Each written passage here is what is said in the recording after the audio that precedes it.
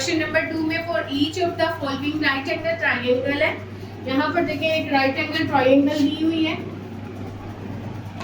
यहाँ पर है ए बी सी और इसका एंगल जो है यहाँ पर सी पर वो कहते हैं कि थीटा है और ए पर एंगल जो है वो इसका क्या है फाई है। और यहाँ पर उसने इसकी जो है साइड्स जो है वो हमें दी हुई है, बी सी की साइड ए है, ए बी की साइड सी है और ए सी की हमारे पास बी है।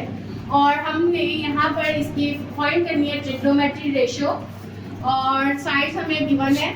और यहाँ पर सबसे पहले देखें थीटा के हिसाब से जो है वो यहाँ पर वर्क करने जा रहे हैं। तो थीटा यहाँ पर देखें जिसके साथ जिस पर मौजूद है साइड पे, तो ये इसकी क्या होगी बेस। और थीटा के जो ऑपोजिट साइड है वो यहाँ पर ये बनेगी, तो ये इसकी क्या कहलाएगी परपेंडिकुलर। और यहाँ पर ये इसका क्या होगा हाइपोटेनियस। ठीक है, अब यहाँ पर देखिए फंक्शन हमारे थीटा के हिसाब से भी है और फाई के हिसाब से, पर अभी जो मैं वर्क करने जा रही हूँ वो थीटा एंगल के हिसाब से है। तो यहाँ पर साइन थीटा हमारे पास किसके इक्वल होता है, साइन थीटा यहाँ पर देखिए राइट किया हुआ है, साइन थीटा इक्वल होता है perpendicular by hypotenuse, perpendicular by hypotenuse. तो यहाँ पर परपेंडिकुलर देखें मेरे पास इसकी वैल्यू जो है क्या आ रही है सी और हाइपोटेनियस यहाँ पर मेरे पास इसकी वैल्यू क्या आएगी बी। तो इस तरह ये इसकी क्या होगी साइन थीटा की वैल्यू सी और बी। इसी तरह सेम एज कोस थीटा की, कोस थीटा हमें मालूम है कि बेस बाय हाइपोटेनियस होता है। तो बेस बाय हाइपोटेनियस देखिए इसकी वैल्यू क्या आएगी ए बाय बी।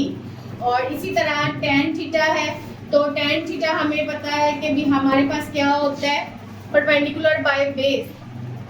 तो परपेंडिकुलर की वैल्यू जो है वो हमारे पास क्या है सी और हमारे पास जो बेस है वो मेरे पास क्या आएगा ए। तो इसकी वैल्यू क्या आ जाएगी सी और ए। ये वैल्यू जो है सॉल्व करती है सारे के सारे थीटा के हिसाब से। अब यहाँ पर देखें अगर 6 पार्ट इसका देखें तो यहाँ पर जो एंगल है वो चेंज हो गया है। अगर एंगल चेंज हुआ है तो उसके हिसाब से हमारा परपेंडिकुलर और बेस भी चेंज हो जाएगी।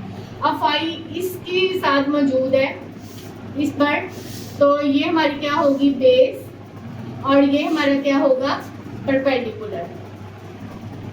अब देखें साइन फाई हम लोग डील कर चुके हैं, ये इक्वल होता है परपेंडिकुलर बाय हाइपोटेनियस।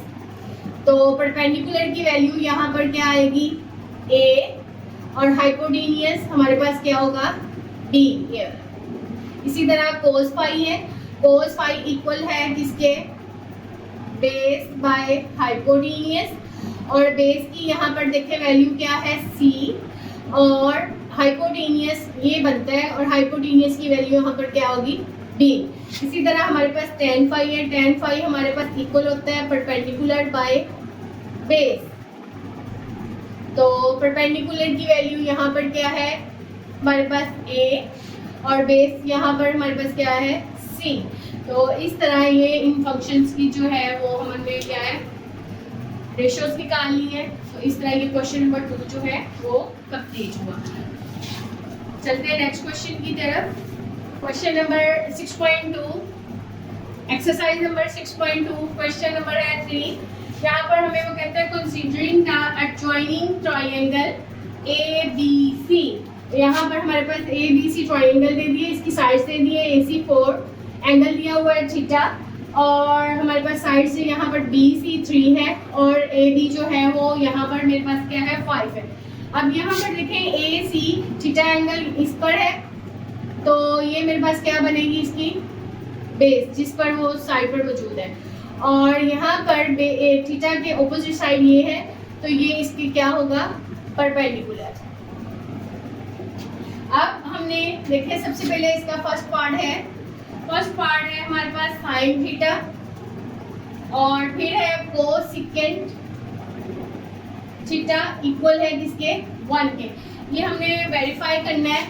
अब ये हमने क्या है यहाँ पर देखें ये इसकी क्या है राइट हैंड साइड है, ये इसकी लेफ्ट हैंड साइड है। तो मैं लेफ्ट हैंड साइड इसकी ले रही हूँ। तो लेफ्ट हैंड साइड लेते हैं sine theta dot cosecant theta. मैंने इस ट्रायंगल को देखते हुए इसकी वैल्यू जो है वो मैंने पुट करनी है। देखिए साइन थीटा हमें पता है कि किसके इक्वल होता है, sine theta perpendicular by hypotenuse के इक्वल होता है, ठीक है। और यहाँ पर कोसेकेंट थीटा, यहाँ पर देखें हमारे पास हाइपोटेन्यूज बाय परपेंडिकुलर होता है,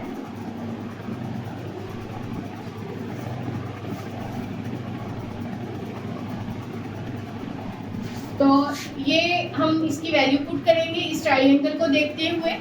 तो परपेंडिकुलर की वैल्यू यहाँ पर है 3 और हाइपोटेन्यूज की वैल्यू ये है हमारे पास, ये है 5 और इधर अगेन देखते हैं हाइपोटेन्यूज की वैल्यू है 5 और परपेंडिकुलर की वैल्यू है मेरे पास क्या, 3।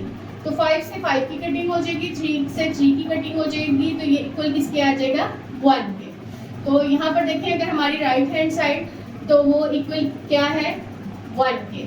तो यहाँ पर मैंने प्रूफ कर दिया, इसको वेरीफाई कर दिया है कि लेफ्ट हैंड साइड जो है वो इक्वल है इसके राइट हैंड साइड की। इसका नेक्स्ट पार्ट पे चलते हैं। नेक्स्ट पार्ट इसका सेकंड है, cos थीटा और सेकेंट थीटा इक्वल है 1 के। इसकी लेफ्ट हैंड साइड लेंगे, लेफ्ट हैंड साइड इसकी है cos theta into secant theta. तो cos थीटा हमें मालूम है ये इक्वल होता है बेस बाय हाइपोटेन्यूज और सेकेंट थीटा हमें मालूम है हाइपोटेन्यूज बाय बेस। हम इसकी कटिंग ऐसे भी कर सकते हैं, मगर यहाँ पर उसने एक हमें ट्रायंगल दिया है, हमने इस ट्रायंगल से इसकी वैल्यू पुट करनी है और यहाँ पर हमने इसको इक्वल करना है 1 के। तो बेस की वैल्यू यहाँ पर है 4 और हाइपोटेन्यूज इक्वल है 5 के यहाँ पर।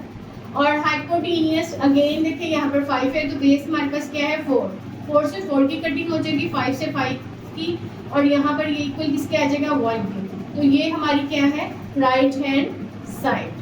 तो ये हमने इसको वेरीफाई कर दिया है कि cos theta into secant theta equal किसके है 1 के। क्वेश्चन नंबर 3 का थर्ड पार्ट है tan theta into cot theta equal किसके है 1 के।